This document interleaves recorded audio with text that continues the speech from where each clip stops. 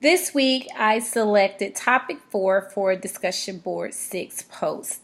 And in this discussion, we're going to talk about complying with the requirements of the Digital Millennium Copyright Act. So, as an educational operation, we must ensure proper training to staff to ensure each person understands the unspecified copyright laws. Therefore, we will offer training once each semester for all faculty and staff to provide required information. And this is designed to hopefully prevent any copyright law violations and to let teachers gain an understanding of the copyright laws, and that we're held to the same copyright laws as everyone else. Just because we're educators don't mean that we could just go out and utilize materials that we find on the internet or in a textbook for instructional purposes. So therefore, we should not be copying, of course, 2 to 3 chapters out of a textbooks for our student. If this is the case, we need to make a means to purchase the required text or supplemental materials to utilize in our classroom. Now, there are some authors that will produce some work that can be fully distributed. If this is the case, you can utilize some materials needed, but again, that does not mean everybody's work is open to free range. So you can't just go out on the internet and just start using materials without permission.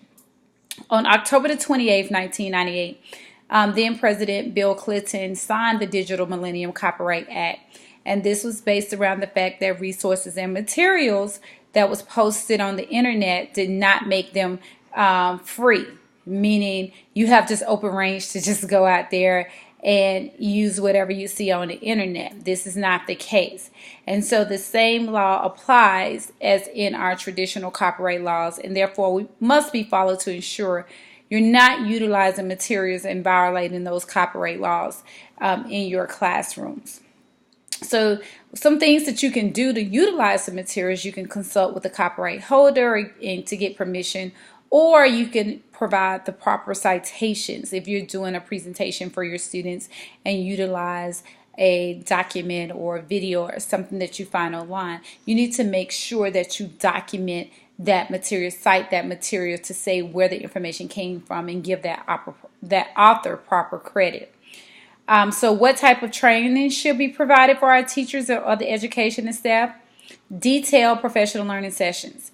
They should be designed to provide various examples and the proper ways as to how to utilize materials for instructional use. Teachers should also gain knowledge as to how to properly cite the various resources that are being used and the manner in which they can be used. This can be translated down into the classroom to ensure students have a clear understanding of the mandated copyright laws that are in place. So in closing, all materials that are posted on the internet is copyrighted, and you can read it, but you don't have the legal right to just make multiple copies or forward the information. So under fair use, that it is stated that we can make one copy, and that one copy must be for personal use. And so therefore, we can't just take it and make multiple copies and pass it out to our students unless we have gained the required permission. Thank you.